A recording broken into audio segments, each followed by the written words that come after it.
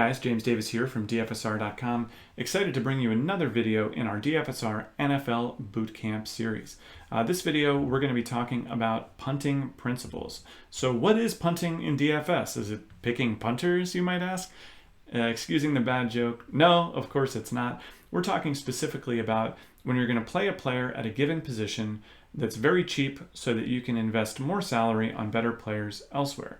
The main way that this winds up happening in DFS contests, of course, is when one player, a starting player, gets hurt or loses their job, and this makes room for a player who's currently too cheaply priced because the sites like FanDuel and DraftKings haven't had time to adjust their pricing algorithm, typically because prices have already been released for that week.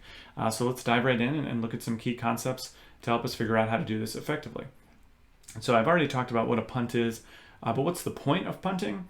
Well, typically when you can get a player, let's say that there's, I've used this example many times already in our previous bootcamp videos, but for the sake of consistency, we looked at Le'Veon Bell last season, going into his holdout with the Steelers, and we had James Conner coming up. And James Conner, I believe that first week in the season was priced at the minimum price, which was like, the price that you could get running back threes, guys that were going to get 2 carries a game and 1 target and play special teams. Conner was priced so cheaply because it only became clear that Bell was definitely going to hold out after the prices had been released. So in the case of grabbing James Conner at the time, what you could do was grab a guy with potentially starting opportunity at running back 3 prices.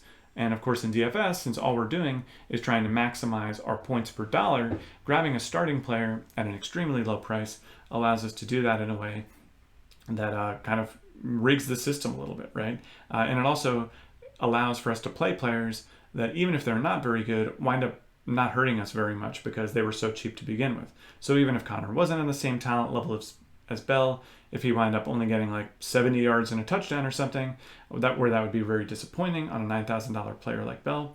On a $4,500 player like Conner, that could put you in the running for big tournaments, right? So in general, when you get those really, really good cheap players that you can plug into your lineup with starting level opportunity, it just tends to be a good idea. And typically these punt players, the backups that are filling in for starters that are only recently been hurt, they'll wind up being the highest owned players, especially in cash games in any given week. And if you're not aware of who you should be punting with or what the potential punt plays are in a given week, you might as well not even play.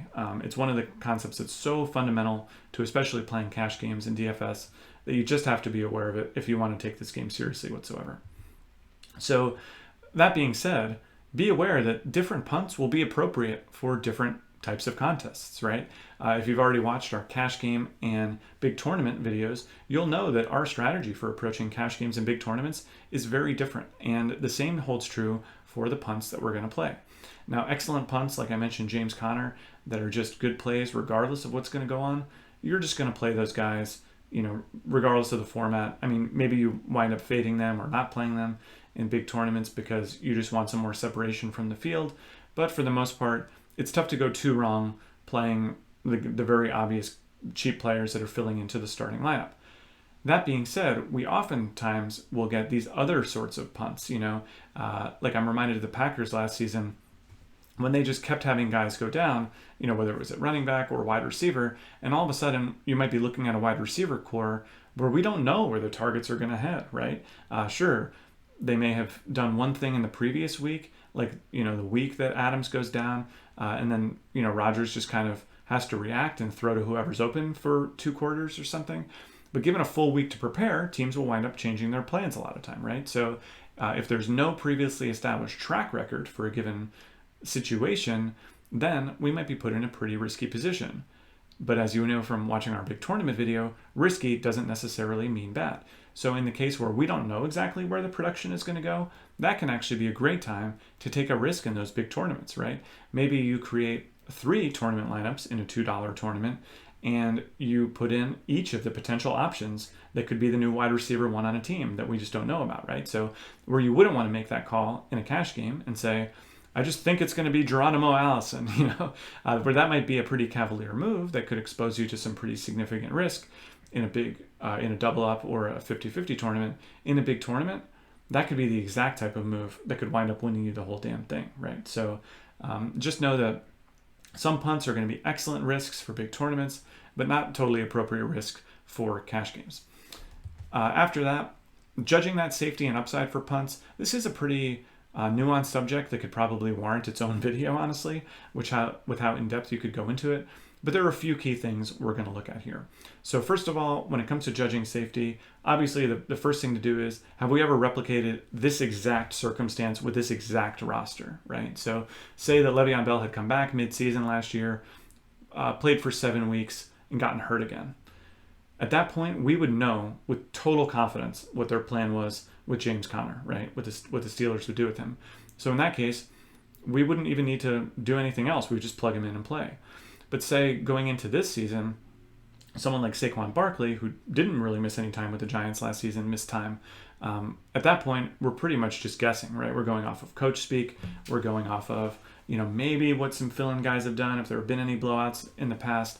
But we're kind of flying by the seat of our pants a little bit. And in that case, we can say definitively that our punts would have less safety. Likewise, if a team, one classic example is, say there's a team that does a running back by committee, like the Falcons have been this way in the past. It's very tempting when, say, Tevin Coleman goes out to just say, oh, well, it's no longer a running back by committee. I can just consolidate all of this production into the hands of one running back now. Oftentimes teams that do running back by committee don't just go to a one-man show after that, right? New Orleans has been this way in the past too with Kamara and Ingram. So we want to really see, do we have any example of how this team has handled this situation in the past? And the next thing is, who is this team's other options? Sometimes it's very straightforward. You're like, well, this team has only one other running back on the entire roster. They're probably going to hand him the ball, right? So, and sometimes it's very, very obvious. Sometimes a team just has a whole smorgasbord of options and all of them seem sort of the same. And at that point, you're just rolling the dice, right? So I would say that when it comes to judging safety for punts, previous track record, super important. And likewise, you want to be cautious reacting to a previous week where basically you want to look at a previous track record where a team was entering the week in the same situation. Teams that get hurt midway through a week, the quarterback goes down and someone just has to fill in. Those aren't exactly the situations that we want to target as great proxies for what we can expect going forward. So how do we make this happen? How do we find those great punts? I already talked about comparing past situations to those in the present. I've already talked about really diving in and looking at what coaches are saying. This is very similar to the injury video, if you've already watched that one, where I talked about trying to read between the lines on that coach speak. Are they talking about a running back by committee? Are they going to quote unquote ride the hot hand? Are they saying it's, so-and-so's job to lose? There's all these different little bits of coach speak that we can turn to that mean subtly different, but pretty different things when it comes to projecting DFS performance. Absolutely, you want to be on top of that as the week progresses. And then come check out our value article. I hate to, again, be just promoting our own products and articles, but this is what we're paid to do. We do this for a living, not only to make our own lineups, but to bring the best possible projections to you all.